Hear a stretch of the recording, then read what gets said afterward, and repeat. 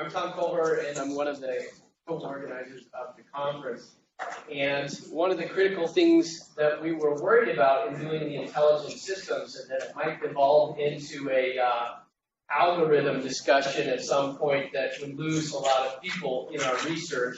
And of course, in a conference, this isn't an AI algorithm conference. This is a completely different kind of thing. So we had to do a watchguard on that. One of the big ways to do the watchguard was to step back routinely and ask the question, how does this fit into our world on multiple levels?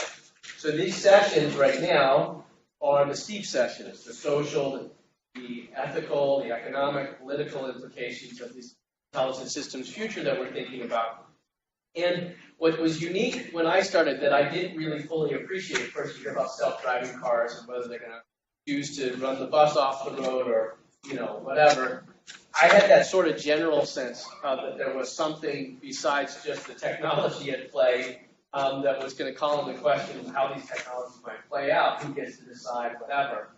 But what wasn't apparent to me, and I think is unique at this point in time, with the change in technology that we have across many disciplines, biology, genealogy, genetics, proteomics, etc., that whole world, AI-driven things, climate change, who gets to decide what things happen with technology to start addressing really big challenges.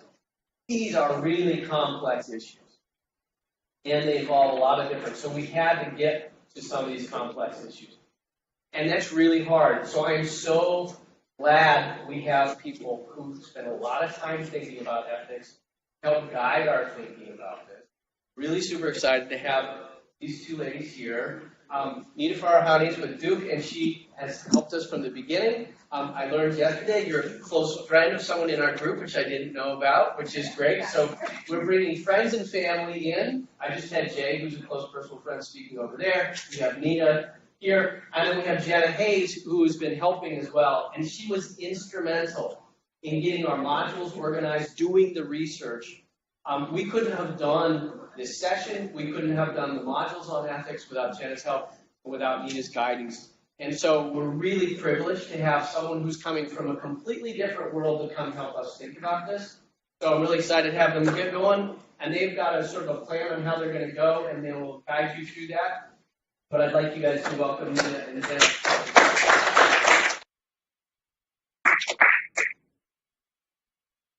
Hello. I have a soft voice, so I'll try and speak clearly. So the way I thought we would do this was just familiarize everybody with, what are the issues, what does it mean, ethics and intelligent systems, and then I thought I would open up the session to questions from the audience, anything you're curious about, anything you want to know, and we can go from there.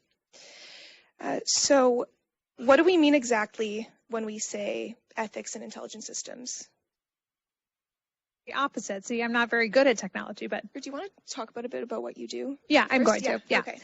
So I'm a professor of law and philosophy at Duke University. I also run something called the Duke Initiative for Science and Society, which has a master's in bioethics and science policy. We have a bunch of engagement and policy and ethics programs at Duke University, and we have an area that's growing around AI ethics, law, and policy, including we have a website that tracks a lot of what's happening in science policy in this space called SciPol, which tracks among the different areas AI, robotics, and computing systems. And so we're looking kind of deeply across these issues. And I think what's in most people's minds to begin with, because it gets the most press, are autonomous vehicles, right? And so that's where people seem to kind of get that there are ethical issues that are involved, right? So as Tom laid out, if you're thinking about something like a car that has to make choices between do you save the driver or do you save the pedestrian, those are things that you have to decide in advance, and those are ethical decisions that you are programming into decision making. And there was this whole brouhaha a few years ago because Mercedes-Benz said they were going to prioritize the driver, and VW said, well, we're going to prioritize the pedestrian. Mercedes was like, yeah, the people who are going to buy Mercedes are going to want to prioritize the driver, and the people who want to buy VWs, they're going to want to prioritize the pedestrian. But it lays out for you that at least when you're talking about something like autonomous decision making, you are dealing with these complex ethical choices. But it's much more basic than that, right? Even in the most simple, intelligent design, starting from, not autonomous vehicles, just basic decision making. The basic decision making includes a tremendous amount of human decision making. And when you add human decision making in, you're talking about ethical issues. So just to lay out a few of them that we're going to dive into in a lot more detail, the first and big one is bias, right? So bias that is built in from human perspective shows up throughout all of these algorithms. I was at the World Economic Forum in China, where there was the whole focus of the conference was really on intelligent design, intelligent systems, and artificial intelligence. And there was a panel that was focusing on AI that's being used for hiring decisions. And the fact that no matter what they did, every time it led to an incredibly discriminatory outcome. And that's because so much of what we do in hiring, like looking at a person's resume and choosing based on schools that people went to, for example, well, that builds in some assumptions, right? And it builds in socioeconomic status bias from the earliest stages. And if the result of your AI algorithm is to lead to no African Americans being selected or no women being selected or significantly disproportionate amounts, and the result is also bad outcomes because you don't end up with the optimal workforce, you have bias entering into the system, and that's deeply problematic. On top of that, we have problems of transparency, right? So most of this is what we call black box decision making. You don't get to see, for example, the source code. If you played with this great robot that's over here, did any of the computer programming, you're not really doing computer programming, right? You're not looking at the source code. You're getting to build these modules on top of things that you're not really seeing what's underlying it. And that's even more than you would normally get to see in most of these intelligent design systems. And so from a legal and a regulatory perspective, if you can't see what's going into it, and most people don't even know what's in the magical black box of decision making, how are we going to be able to audit it? How are we going to be able to regulate it?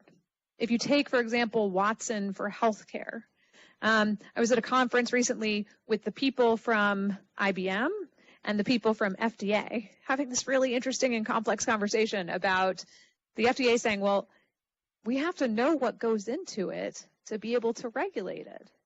And IBM saying, of course, these are trade secrets, right? If we publish source code, we lose our competitive advantage. And they said, well, what we provide to you is information like where is it coming from? We're feeding in everything from Sloan Kettering for decision making about cancer. Well, first, that's a very biased data set. It's one particular approach to cancer diagnostics. The FDA says that's not enough, right? I mean, if you show me what goes into it, but I don't know what the computations are, how are we supposed to regulate it? So IBM says, well, at the other end, what I'm giving you is the clinical outcomes, and you can validate them, right? You can see, does it lead to the right outcome? So if you know what goes in and you know what comes out, you don't need to know the secret sauce in the middle. This is a complex ethical, legal, and regulatory issue. Do you need to know the secret sauce in the middle? And there are companies, like local companies like Diveplane, where what they're focused on is developing explainable AI so that you can actually know what goes into the decision making. But that's a significant issue, is this transparency issue. There are privacy concerns with the collection of data. How is it being stored? How is it being shared? We're at a kind of privacy moment in society. In Europe, they passed the GDPR, which is this new privacy regulation that gives consumers protection. Other countries have followed suit and adopted something almost identical. The U.S. hasn't done it yet, but in order for companies that practice in a multinational way, they have to comply with GDPR. So that's the, kind of lowest bar now you can comply with, because otherwise it's too complicated to comply across different dimensions. And so privacy becomes a significant issue in the era of AI as well. And it's kind of one of these mega trends. So as Tom mentioned, Jenna has been working really hard on these modules all summer to help walk through each of these areas of what are the major ethical issues that are presented. what are the mega trends at the highest level that are driving some of these changes? And then we'll talk in a moment about how do you navigate them, right? So it's not good enough to just simply know what some of the ethical issues are, the bias, the transparency, the privacy concerns that are driving these issues. What are the mechanisms we have to get through them? The first way that most people try to navigate ethical challenges is with technological solutions.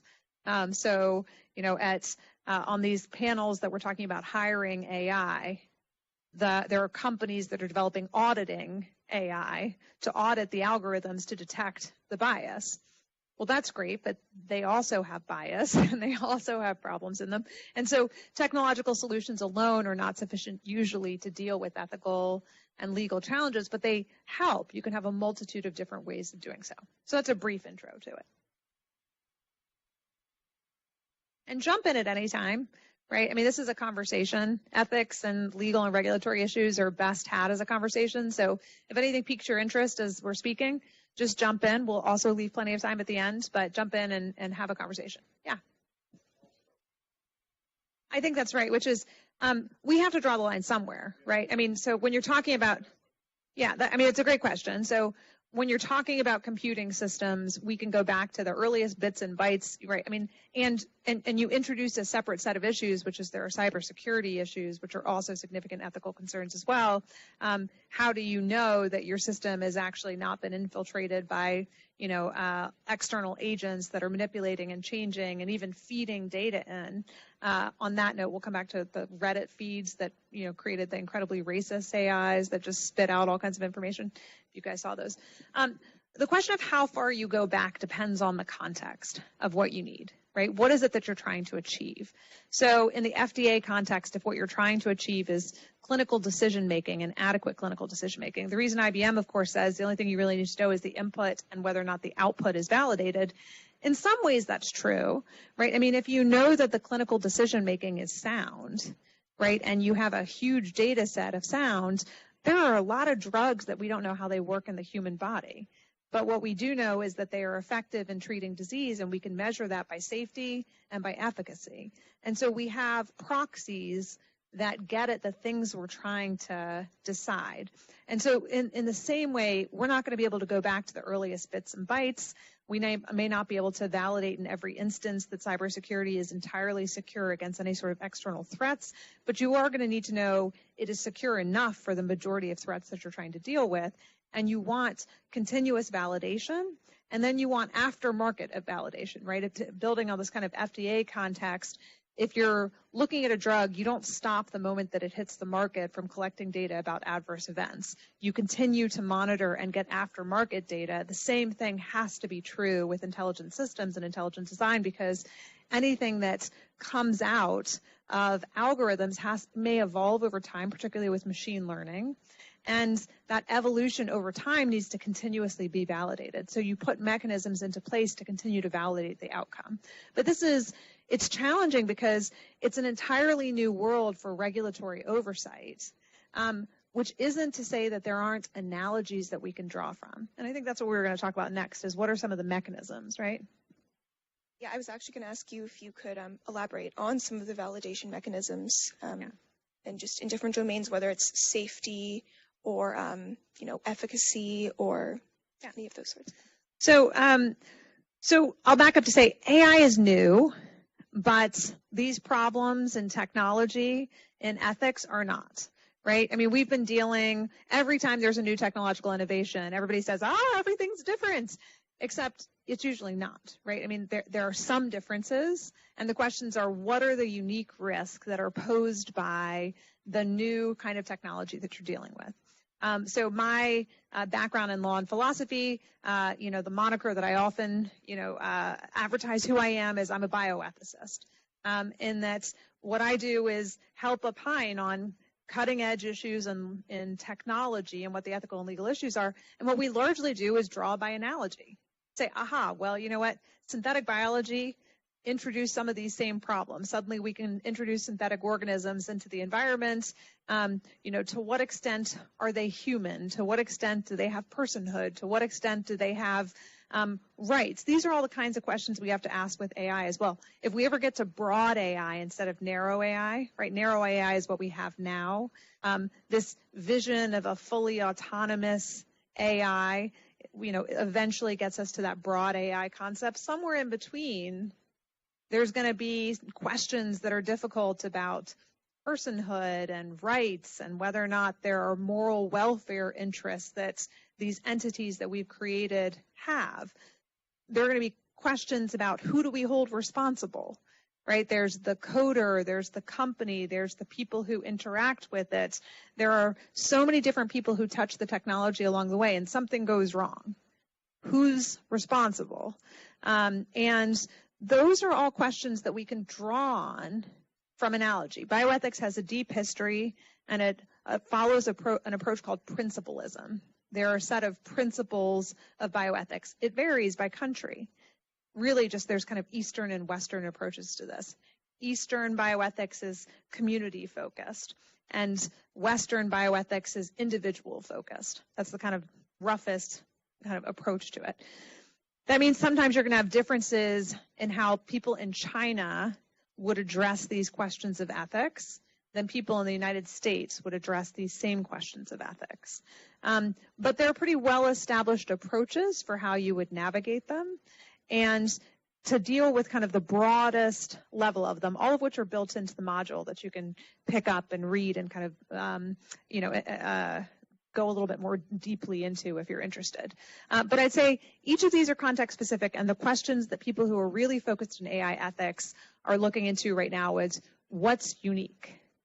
And is it a question of degree or kind?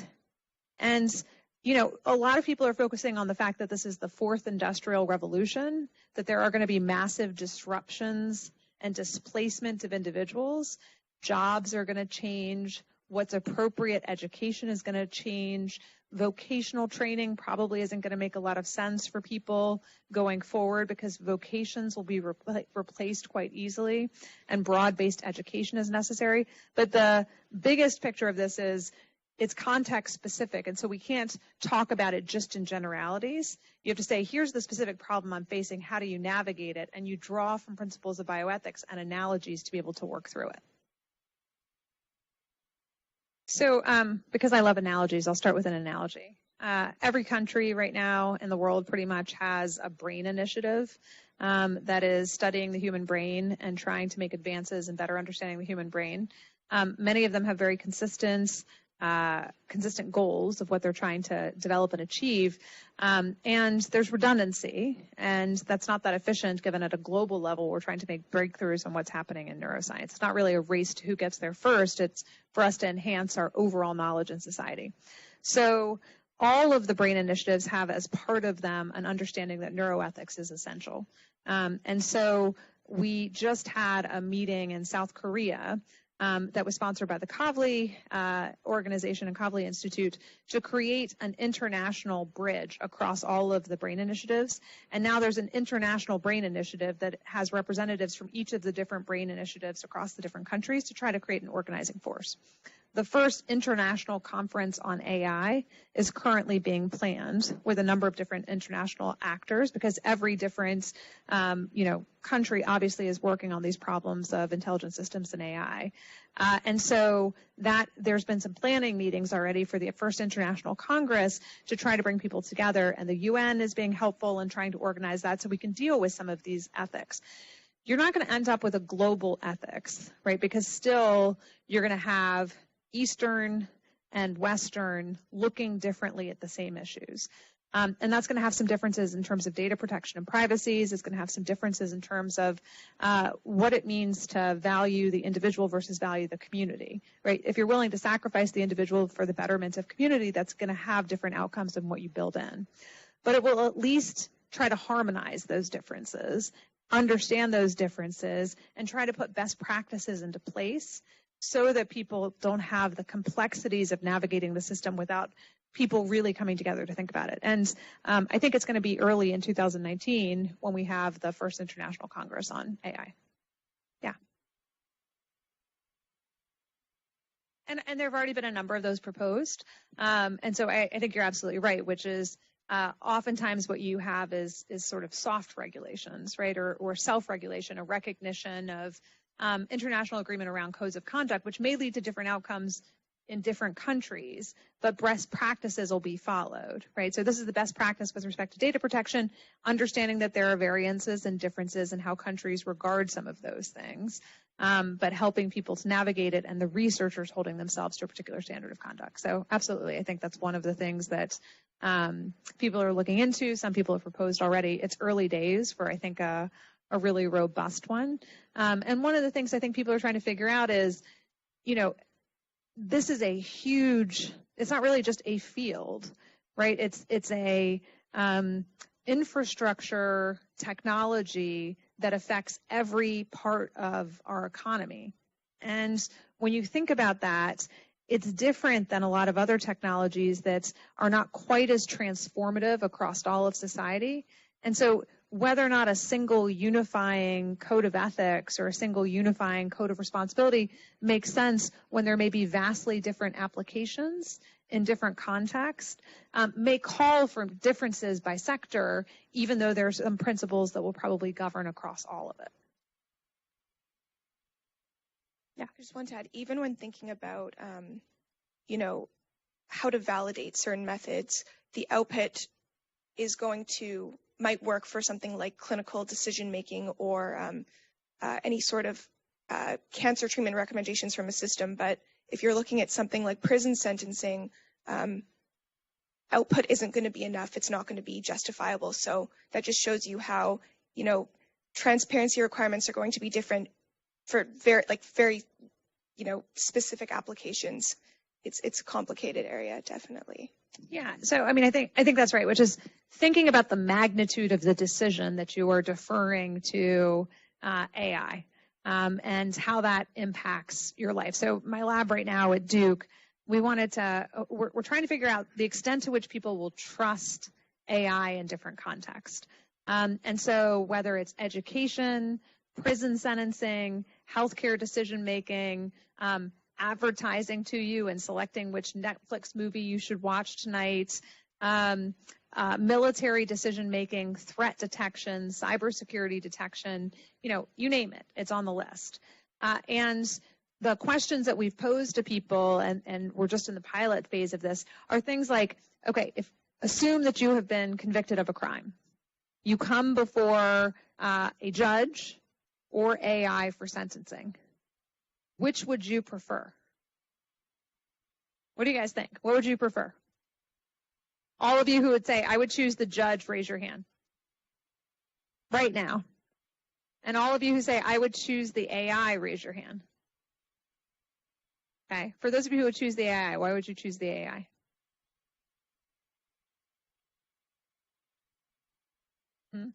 Yep. Bias.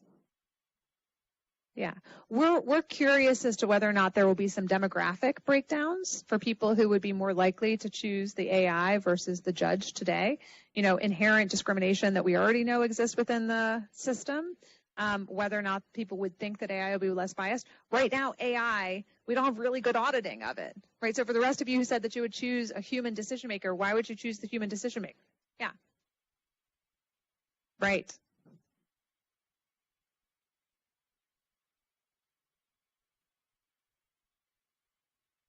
Right.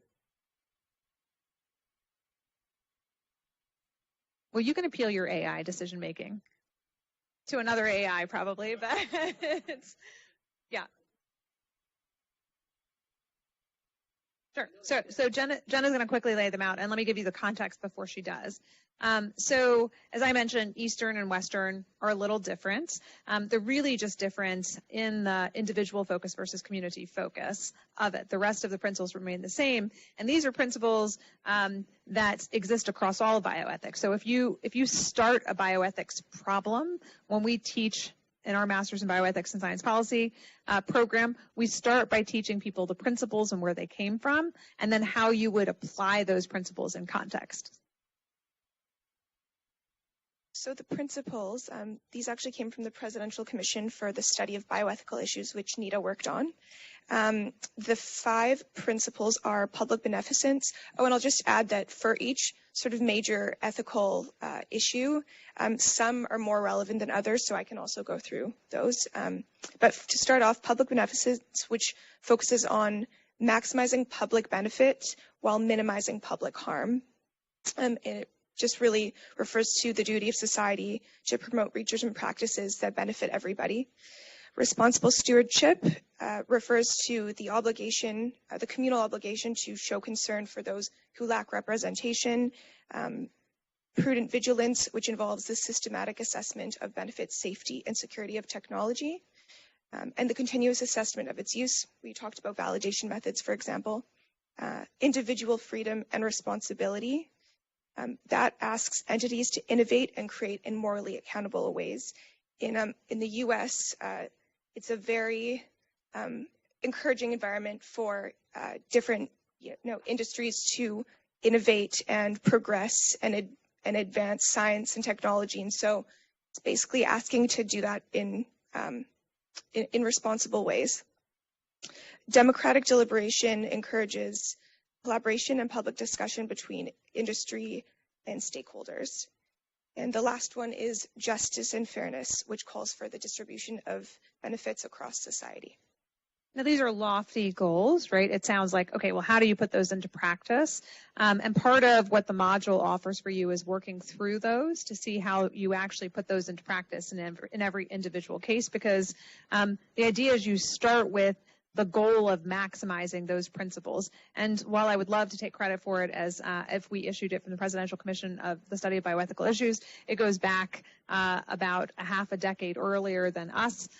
We simply articulated it in each of our reports and applied it in each of our reports and refined that in today's day and age, 2 additional principles have been used but hadn't been articulated before, and that's democratic deliberation, the importance of being able to include society in decision-making about how we want technology to progress. And if you think about it in this context, that's especially important, right? So this question of can Mercedes prioritize the driver and can VW prioritize the pedestrian only exists in a vacuum where we haven't legislated and decided what the legal rules and regimes should be, right? If we decide that a default that makes the driver saved or a default that sacrifices the driver is problematic and creates a legal rule and a legal norm against it, then of course manufacturers can't make those types of decisions. That would instead be built into it.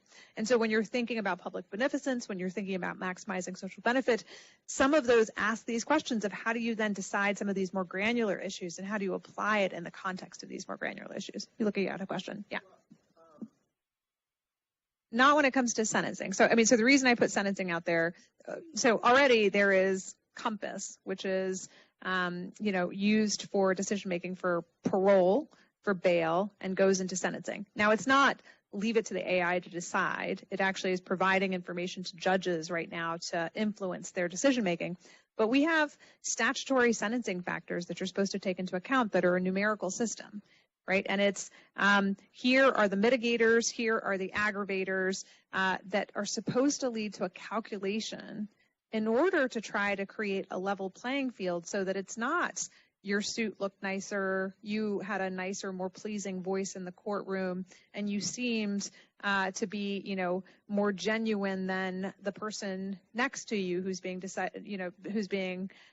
There was a study that was done on Israeli judges a few years ago. Yeah. Okay. So, which looked at how when your case came before the judge, whether it was before or after lunch, influenced how likely you were to have a favorable or an unfavorable outcome.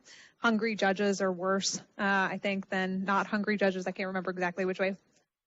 Good. I won't get into too much more of it, but there are tons of biases that humans have as well, right? And the question, I think, is which one. First of all, can we debias? And do we want to debias, right? So, it requires us to fundamentally study these different institutions and say, in the criminal justice system, do you really want a jury of your peers for their bias? Because you want them to be empathetic to you And so you try to find the jurors who are most likely to be able to put themselves in your shoes versus do we want something that is going to spit out, ideally, a more consistent outcome based on whatever the factors are that get programmed in. And I think that's going to vary. I mean, maybe in the medical system, you do want something that's more statistically and numerically valid, and maybe in the criminal justice system, you want something different. But these are some of the ethical conversations we have to have, which is if we're going to integrate intelligent algorithms, if we're going to integrate more data-driven outcomes in different contexts, what is it that we're trying to maximize in those contexts? And you have to ask the purpose of the system in each context. You know, if we're trying to reduce accidents, then maybe that's a good thing for us to have more autonomous vehicles, or at least assisted driving vehicles. In the criminal justice system, it isn't quite as obvious that what we're really looking for is standardization of sentencing practices, although we are trying to make much better decisions about who's a risk of flight when we decide to issue bail or deny bail. We are trying to decide who has a more significant risk of recidivism when we're making parole decisions. And to the extent that data can help improve those decisions, it may be that we think it's appropriate. Whereas when it comes to sentencing, maybe we really are trying to look for greater empathy and individualization. And so these, integrating algorithms requires us to ask, why do we do the things we do? And is this a good place to replace it with or augment it with intelligent systems? Also, I think what values we're trying to put forward as well, and that's something I think people need to be consistently asking themselves is what values do we want to put forward, what do we want to perpetuate here? And just even back to hiring, for example, talking about optimization, I mean, you could technically optimize for Ivy League education, every correct internship, that on paper you have all the right qualifications, or you could optimize for a more diverse, group of employees and, put some things at a higher priority than, let's say, this standard, prototype that you would normally have when you were looking for somebody. Yeah, I mean, I think we're farther away from values and soft interaction capabilities with AI. Than we are with kind of hard numbers and decision making. The kind of tech screen, I think more and more people are screening out some really valuable people who would actually be the right fit. If anything, it's revealing to us that a lot of our hiring practices aren't efficient at actually helping us to improve hiring, which I don't think means that AI won't be useful in hiring. I think already people are finding that it is useful in hiring. It'll probably become incredibly useful in admissions and educational institutions as well. But a lot of it's going to be figuring out what is it that we're trying to do and how would better data improve what we're trying to do over time. People can manipulate values right now.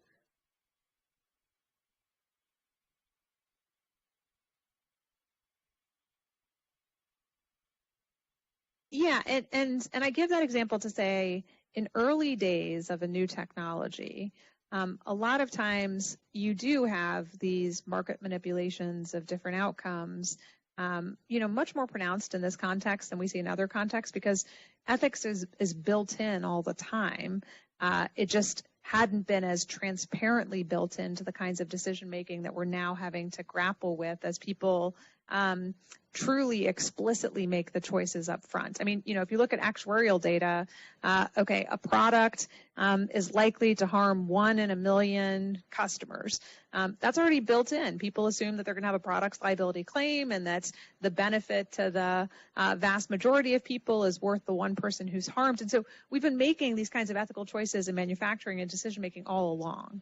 It's so much more explicit now when you have to program it in instead of recognizing that it is a byproduct of what you're creating. And so we're having to grapple with it much more explicitly. And companies are having to grapple with it much more explicitly, which means you create potential liability and exposure and bad PR and press for yourself if, you choose poorly, right? You choose the pedestrian, or you choose the driver, or you choose whatever in these different contexts that leads to people labeling you as immoral, unethical, etc. But in early days, those are the kinds of conflicts that are occurring. They're not going to get to make those decisions. Car manufacturers are not going to be the ones who get to make that kind of decision as this technology progresses, because those are decisions that through democratic deliberation, through policy making, we're going to end up legislating. But there's nevertheless going to be so many minor decisions that are built in along the way. Yes and no. I mean, the reason I give the drug example earlier is there are drugs that we don't know how they work in the human body. And despite not knowing that, we know that we know what their impact is on the human body.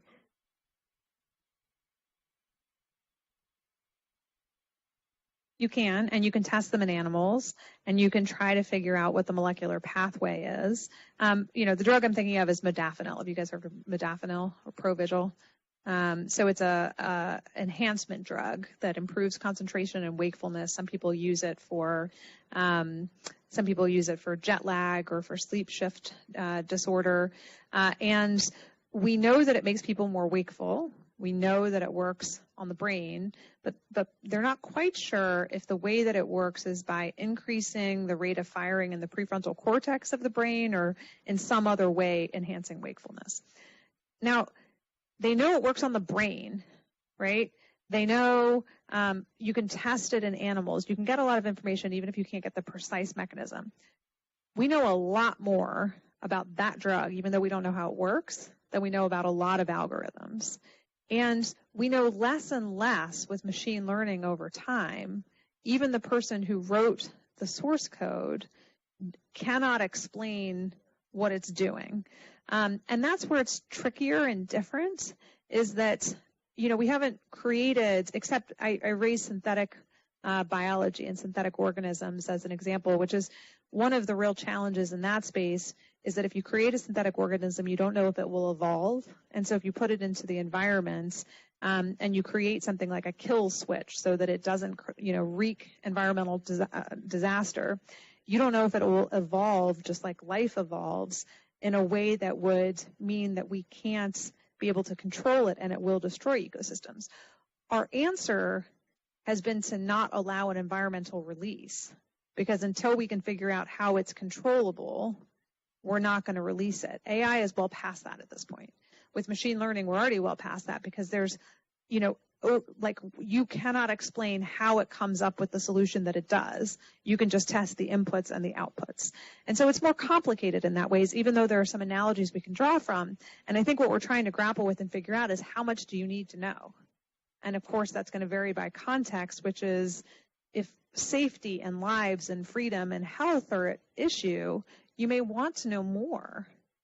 And if it's a less impactful area of decision making, if it happens to optimize your supply chain and you don't know exactly how it does it, but it leads to a much better outcome for your supply chain, that may be enough information.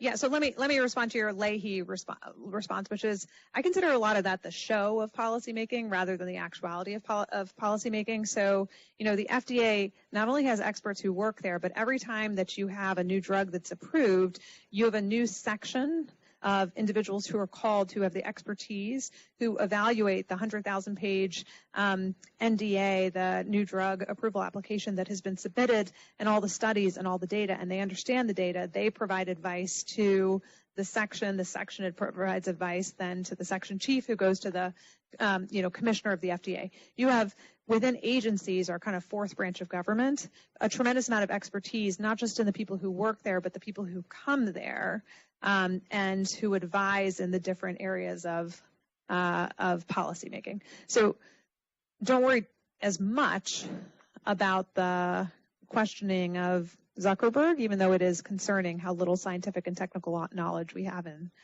Congress. Sure. So I'm about to give a TED Talk on a similar issue of this in New York next week, which there are these neuro headsets, these EEG headsets, which are a lot of it, the decoding of it is being powered by AI. And this isn't even enhancement yet. This is just decoding, right? In China, the train conductors are now required to wear these devices to track their brain activity. The state-run factories, all of the employees are required to wear it so that they can track their attention and track their emotional state. They can be sent home or fired for failing to, have optimal concentration. All this being powered by AI, and the military is using it ubiquitously in China. So, there's another company, Tesco, in Europe that was doing the same thing. Amazon has a patent out on trackable devices and wearable devices, fitness devices for its factory employees. And there are zero regulations with respect to employers that deal with either the tracking or the requirements of enhancement. Modafinil, the drug that I was talking about, if an employer recognized that improved your performance IQ and your motor IQ, and you're a physician who works 48-hour shifts, and you're required to use it because it improves your motor IQ, and failing to do so means you're more likely to create a surgical risk, what protects you, the employee, from saying no right now? And the answer is nothing. There is nothing that protects you from mental augmentation or mental tracking or decoding right now. And that's a big problem. And it's just now really becoming a problem because the technology and the capabilities are becoming much more ubiquitous. Yeah, I mean, they could. A lot of companies have brain wellness programs, just like they have other kinds of wellness programs. There's nothing other than, at-will employment. You can quit and go to a different company right now. You don't have quite that mobility if you're a factory worker and a lot of these types of companies where they're first being targeted. But, yeah, there are very few employment protections against the kinds of surveillance or kinds of requirements that you could put on an employee right now. And I think as soon as that becomes more ubiquitously adopted, people are going to demand those kinds of changes. That's right. And I mean, there are insurance companies in the U.S. that are already looking into whether or not they can, just like the telematic devices that go onto cars to track your driving, whether or not they can create incentives for insurance rebates to ask you to wear these headsets while driving in order to track your drowsiness while driving, which is the #1 cause of accidents. And then what's to stop from a light shock or something to alert you back into wakefulness? And, kind of where do we go from there? I think that's not quite AI, although it's powered by AI, but it's certainly, introducing AI into the workplace and the extent to which augmentation of individuals and integration with AI becomes something that is more mainstream. The rights that individuals have to say no is going to be a significant question. I hope not. That's a sad look on it. But I'll say this, which is the best thing a company can do is to get out ahead of it. The worst thing you can do is to wait to have the heavy stick of governments decide for you. There's a lot of self-organization and industry standards that oftentimes in a well-organized industry or in well-organized spaces try to create industry best practices and guidelines that, to the extent that they are effective, really stave off much harsher and much more complex and oftentimes less effective government regulation that steps in.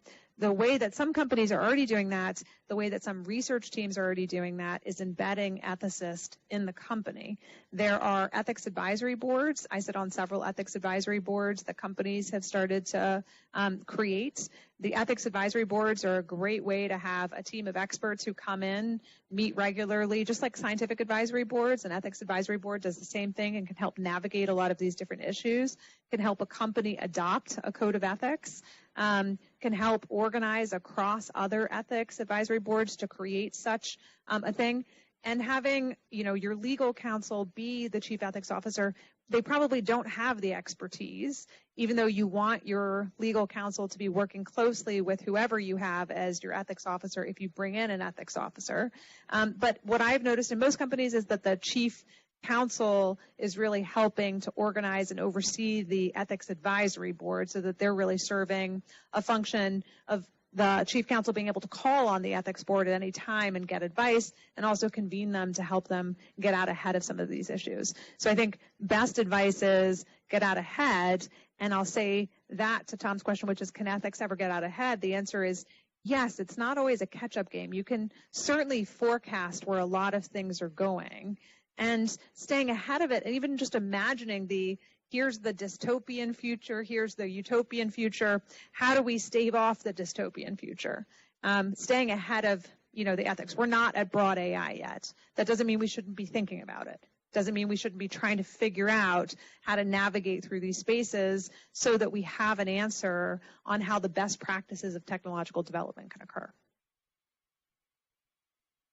Just one thing that's also I think speaks to the importance of having ethical principles. It will be specific, but just by having certain, principles in mind to be able to sort of a lens to look through when looking at all of these things.